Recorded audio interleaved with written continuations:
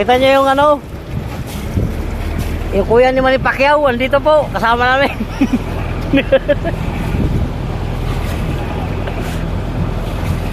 Eh, dati lang nitong ano sa ano, naging boxingero nung araw.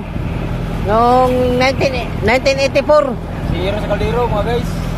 Yan po yung kapatid ni ay kuya ni Manny Pacquiao at na si Bobby Pacquiao. Ito po si Kaporn Pacquiao.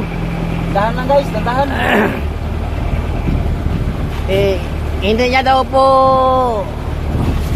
role yung pagiging boxingero. Ang way niya po sa buhay ay isang seaman.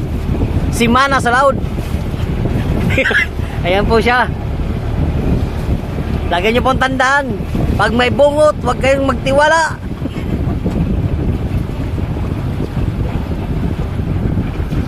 Ayun na yung payo guys, oh. Yan ang iniikot-ikutan namin.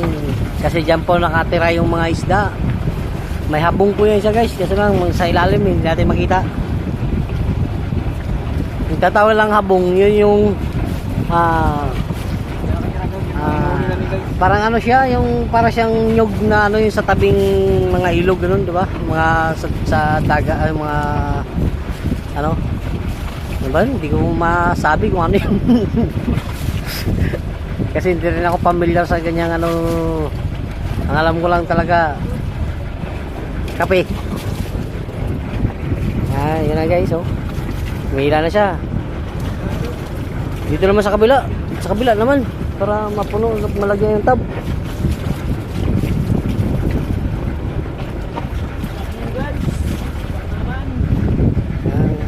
Kaway-kaway naman yan. Mga guys.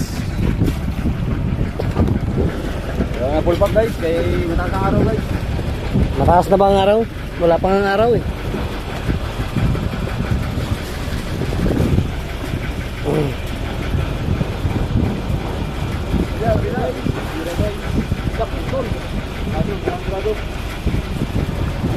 Durado, durado. Ayan guys, meron kaming kalaban dito guys, yung ano, yung mahaba yung ano guys, yung talagang bukid, mahaba. Ayan guys, oh. Oh, kita mo yan? Yan ang mga talagang bukid dito sa laot guys. Kasi may talagang bukid din para sa ano. Lala. Klaro talaga siya.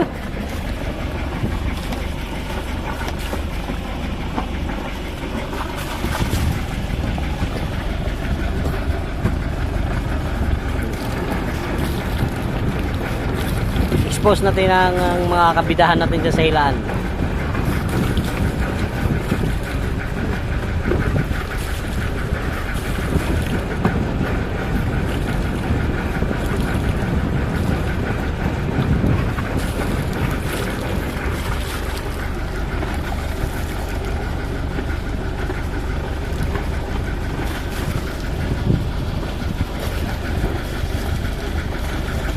Dito lang po kami guys sa malapit sa kagitnaan ng West Philippine Sea. At